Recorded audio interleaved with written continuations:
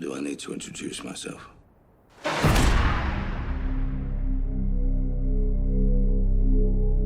I've kept company with bad men all my life.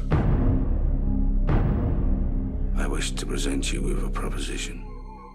I suppose I told you there was a way to save your little brother Mikey from the noose. Suppose I gave you a horse, a gun. So what is it that you want? I know where your brother Arthur Burns is. It is a godforsaken place. You want me to kill me, brother? I want you to kill your brother. Word has it, you promised those animals who raped Eliza Hopkins a pardon if Charlie Burns brought back his brother. Arthur Burns is a monster, an abomination. It is he who is responsible for this outrage. Your brother's come to kill you. I can help. You can help me. Is everything all right? Perhaps you better ask your husband. I will civilize this land. Who do you think you are? The judge and the jury? Arthur Burns must be stopped. My God, man, they raped a woman. She was my friend! You should never have left us. Brother. Hang on, Mikey, come Christmas Day. One! I know why you've come back, Charlie. May the Lord make us truly thankful for what we are about to receive. If you have to kill one, make sure you bloody well kill them all. When said the moon to the stars in the sky? Said the wind that followed him out.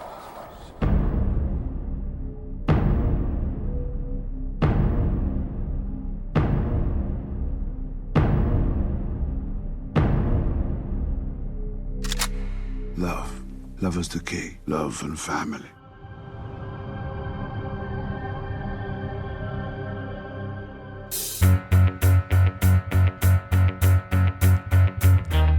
Every day I'm gonna be watching, and the same day I'm gonna be talking about a movie I've never ever seen. Some I'll be watching on my laptop, some on my tablet, some on my TV, and some of them I'll see on the big screen. It's movie month time, what a way to make a podcast. Yes, it's all month long, from the 1st of June to the last. I will watch a film and then I will talk about it. It's 30 movie days of fun, 'cause there is no June 31.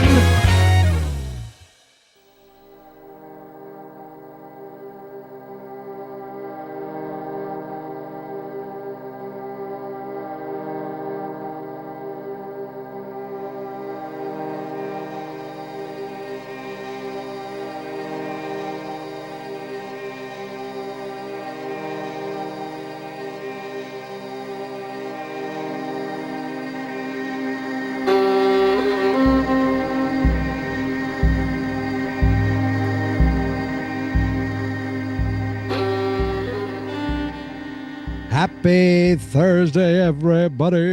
It is Thursday, June 18th, which means for the 18th day in a row, I watched a movie I've never seen before, and now I am here podcasting about it to each and every one of you.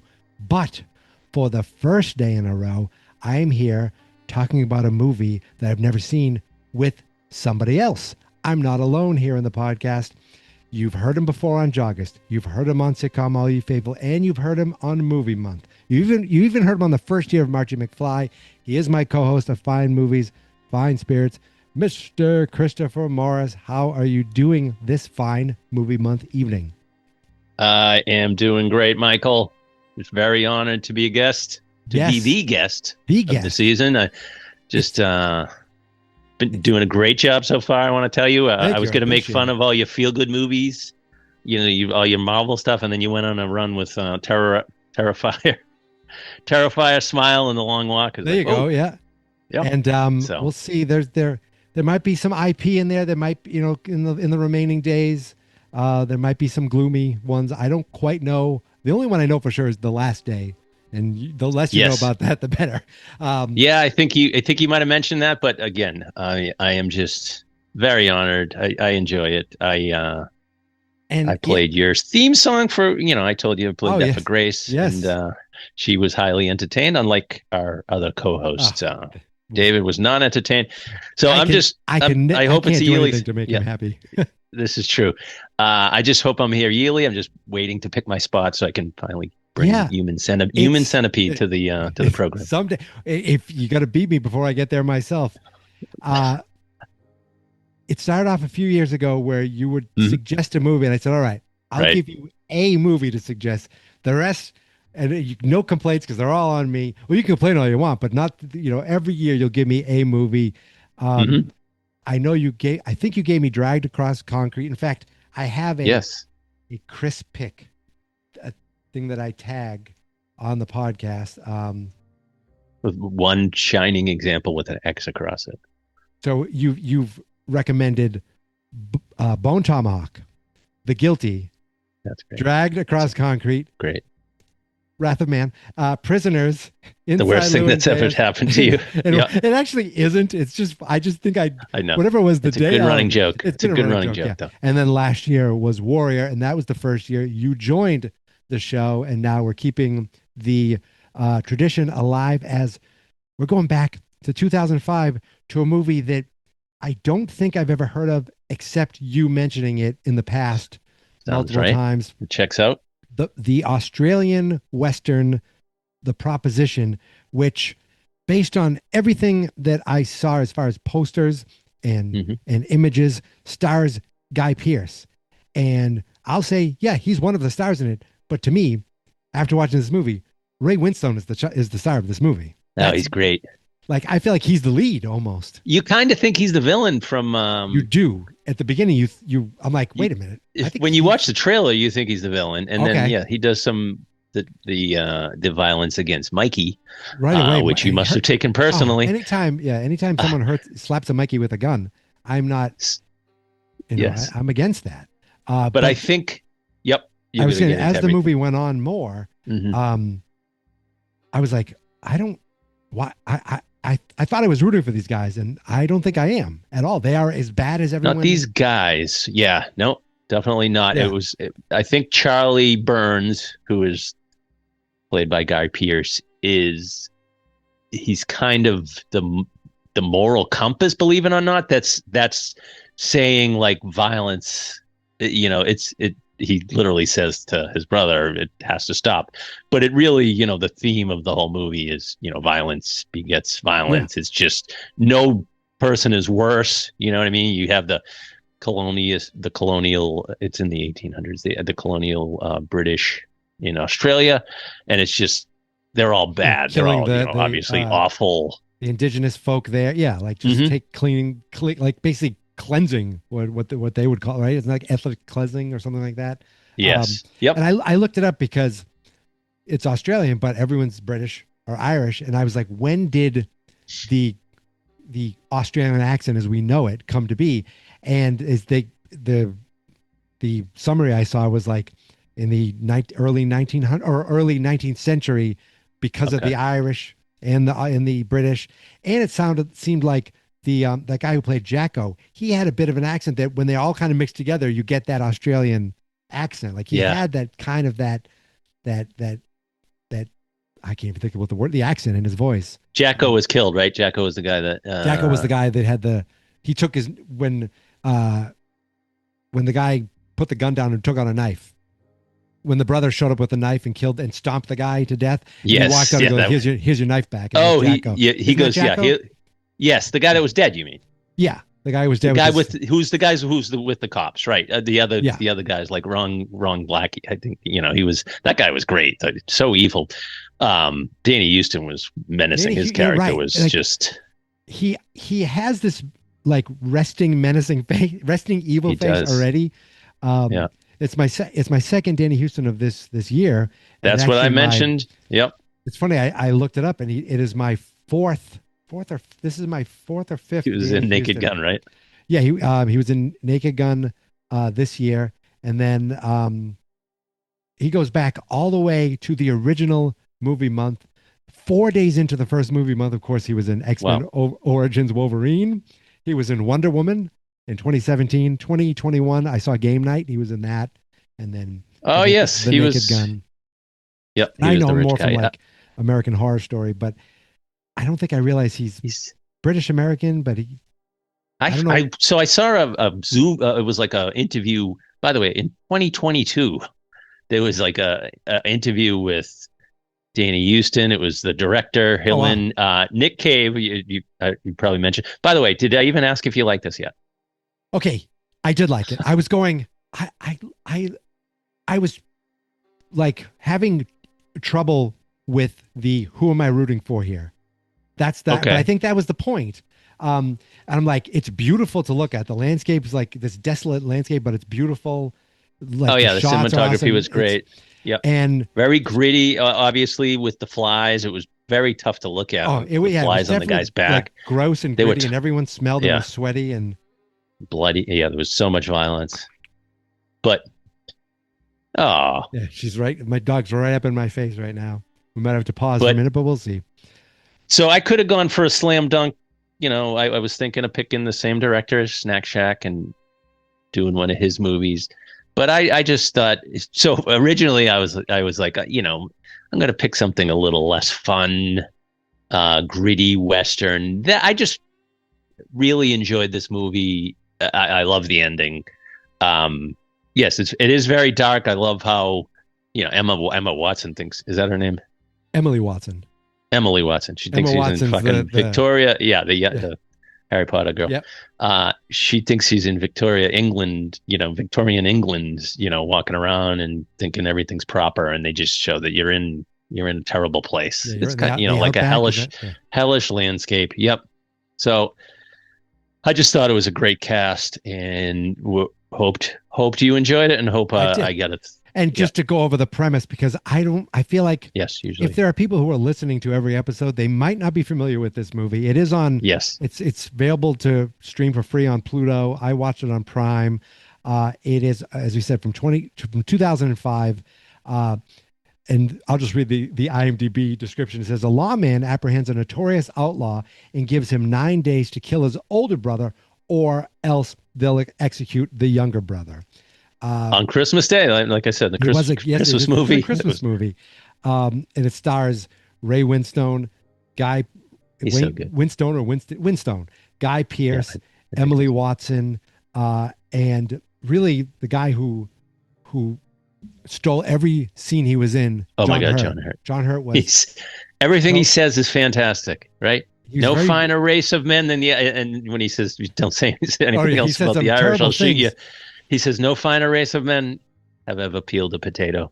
Right. But he was the levity of the movie, pretty much. He was. And shit, what was like? Oh, you mentioned Nick Cave. I know Nick Cave as there's someone named Nick Cave. Like I know as a musician. Okay. I don't know anything about his music. I think my cousin is really into him. But I was very surprised to see he wrote a movie. And then I saw that the director, I must have had the idea for the story and came to him and said, can you write some music for this? And he's like, okay. And then he came back and also wrote the screenplay, a full screenplay. They're like, okay, we'll go with that. Like was my understanding. Yep. Is that, now are you a Nick Cave fan? No, I didn't know he even wrote it until years later when I did research. So I didn't even know. I was like, who the hell wrote this movie? I remember finding out that Nick Cave wrote screenplay when he when there was a rumor at the time that he was going to write, or he wrote a script for Gladiator 2 where Maximus is in heaven fighting different things. Like, I'm looking up really quick to see if there's anything else he's written that I know of. And there is not something called Lawless in 2012. I don't remember what Western. So who is the director again? Hillman? So the director is someone named John Hillcoat. I'm not familiar with him at all. He did Lawless. Okay, so he did Lawless that Nick Cave wrote. And he did the 2009 Viggo Mortensen The Road. So that okay. I remember that movie. I didn't remember who directed it. I read the book. But he has had something. Pretty bleak. This guy likes bleak. He does like Fleek. But as far as your question, who you didn't know the main issue is who to root for. I mean, kind of like that with Pulp Fiction, not really, but I mean, like Butch is not really good. He beats a guy to death, doesn't care. I think you're rooting for the wife. The wife. I mean, you're rooting for Morris. Yeah. What's his name? His name Stanley. is Stanley. Captain Stanley. You kind of Captain Stanley. Because he right away he comes off pretty rough, but then he kind of sees the horrors of violence. It kind of starts to get to him, and he becomes protective of Mikey. That whipping scene, that flogging scene. Oh, that's why that was like he tried to stop that.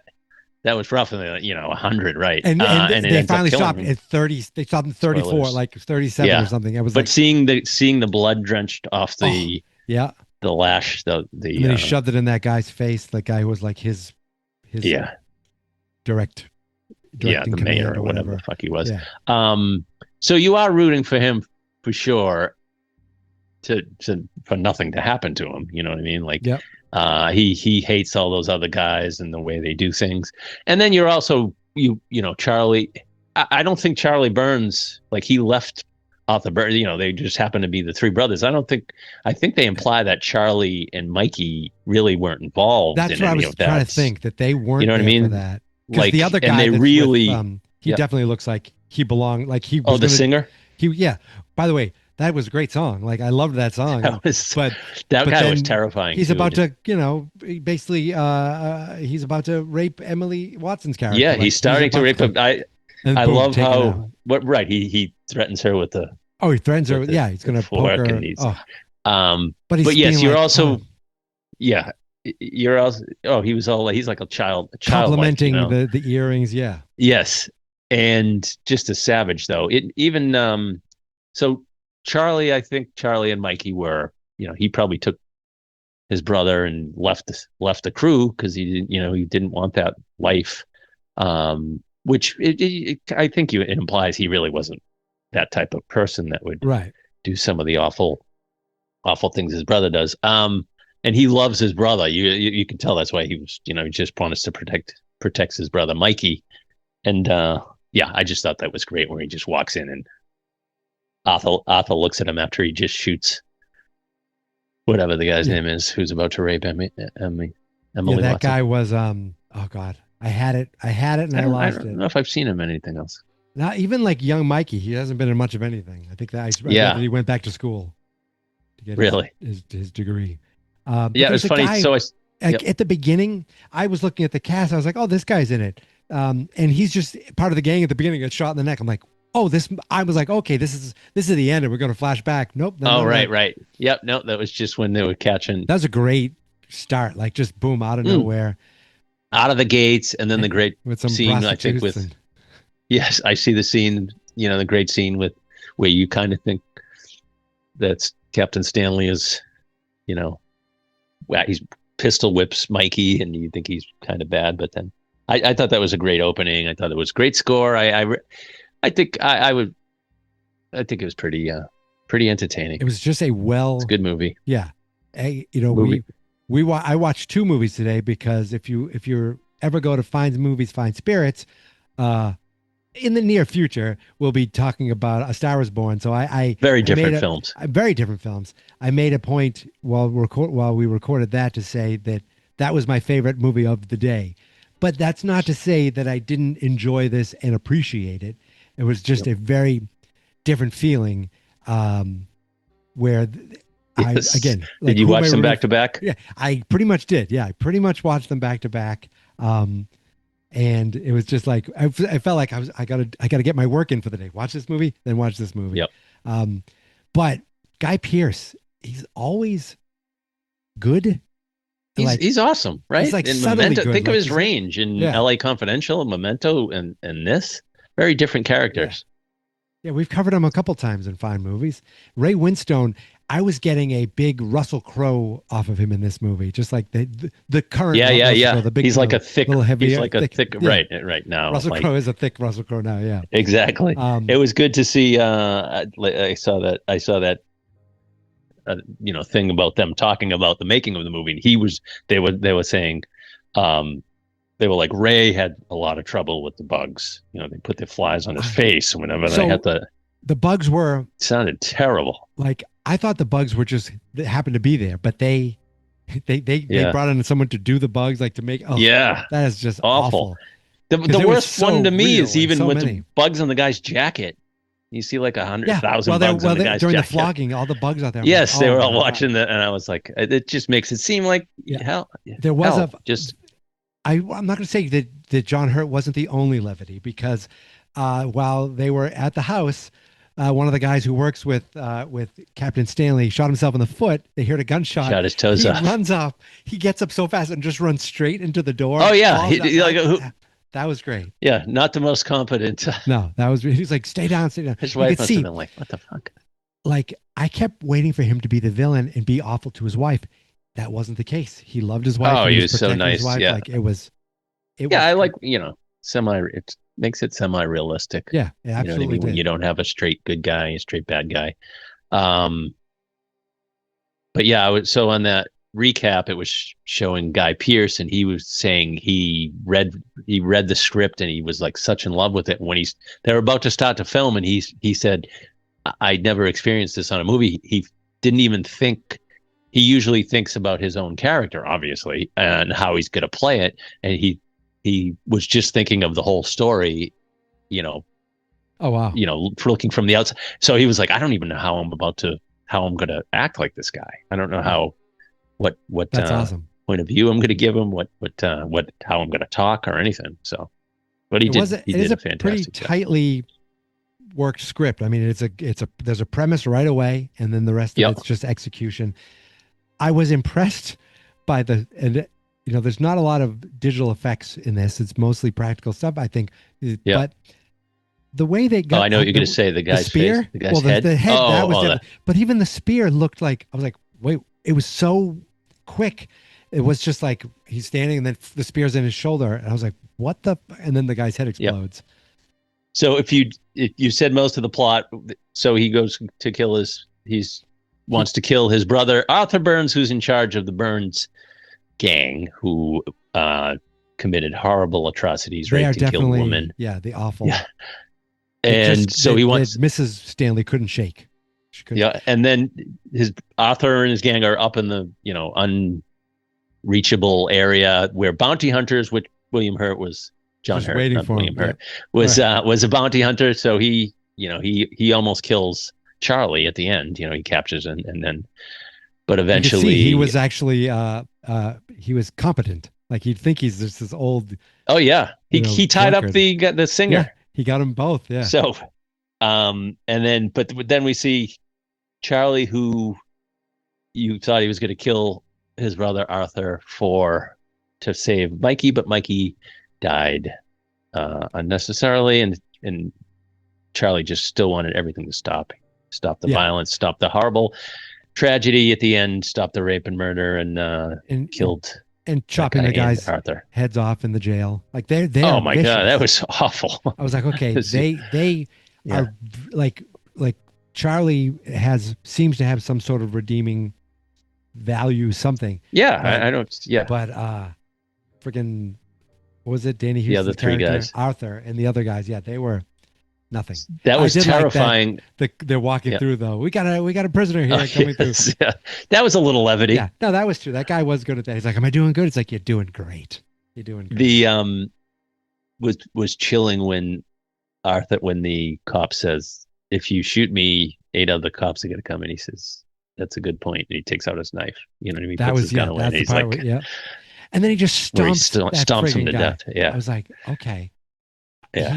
He's the villain of this whole movie. I was, I thought you were supposed to know that right away. Like, I thought maybe, but right. You didn't know who killed. They were framed. Right? Maybe you're going to find out they didn't do it. No, they did it. It's just probably Charlie and Mikey weren't there. Mm-hmm. That seems to. Yeah. I had a question. Grace and I watched Scream 7 that I had mentioned. Oh, I joked that was going to be good. You said you enjoy the first half. Sometimes you enjoy a movie if you have the right setting. Were you sitting at the beach, drinking a pina colada, getting fellatioed? Do you have to cut that out? To me, right out of the gates, I was like I'm into these actors are terrible. Oh no, right? but I'm into. I did like the house. I did like the You didn't know you'd be doing Scream 7 again, the one movie that you got to do twice. Yeah, right. Exactly. But no, that's fine. That's fine. It's part of this month. Like the Scream movies are what they are, so I'm kind of I'm enjoying it for what it is. They're setting all these things up that just don't pay off. Nothing like they, and then it's just the random killer. That's once I forget, was it when they decided to team up? There was a certain point where just things went to even worse, much worse. You're right. The second half was just an aberration, just a complete abortion of a movie. Like, I'll go in there, let me go save the day, and he comes out and he's dead. I'm like, oh, he's faking it. No, he's just dead. It was just bad all around. Grace was horrified. Sticking the guy on the tap. I'm like, that's something Art should be doing, not you. Yeah, Art, good old Art. Speaking of that, been Christmas a wild movie. Month. What you should do, I have a request. You should at the end of movie month, you should have a top 5 ranking of you look over it, you take a couple hours, because you have plenty of time. Yeah, and it's funny. I'll finish the movie. I'll be like, I loved it. That might have been one of my favorite. Like Long Walk, loved it. It's tough to loved it. It's tough when you like. Yeah. You've seen 29 movies since. You know what I mean? Like exactly. But it's just something. It could be something. No, that's good because something you consider. There are certain movies where I'm going, oh, that was pretty good. I enjoyed that. And then you compare this one. I enjoyed it. I think it's good. I don't think it's I don't think it'll reach my top 5 today's movie. But I know it's better. It's probably better than movies cue that might hit my top 5. Sad Buster walking away. Yeah, right. No. For the video. I'm glad it got a thumbs up. Wrath of Man. It did. I'm pretty sure my wife was getting a back injection for pain, and I'm watching on a tablet in a waiting room, half of it, and then I finished it, and I was like, yeah, that was pretty good. That's pretty good. But for forever, I'll shit on it like it's worth. I was waiting for. I mean, Den of Thieves. I really thought that was what you were going to. You know what? I came close, and I was good, and I might bring that either next year or to movie month. I literally was thinking maybe I'll bring it to movie month because I don't care. I mean, find movies. Sorry. Yeah, that's completely fine. It's all one jumble. No problem. All the same website.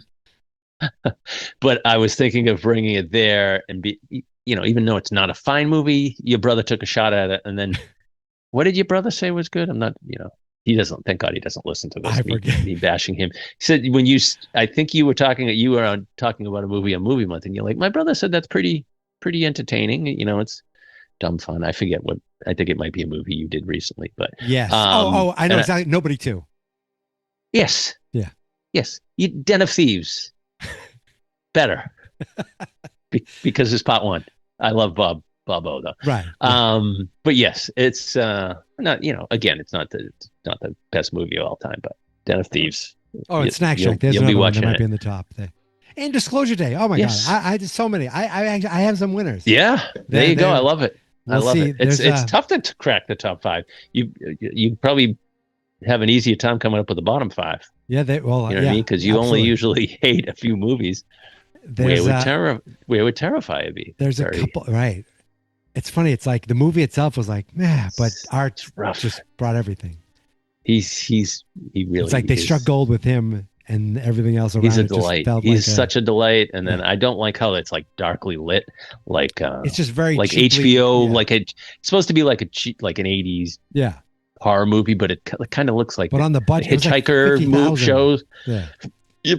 Yeah. And then they always go way too far. Where you see part 3. Yeah. But yes, back to the proposition. Glad you enjoyed it, Christopher. You did it again.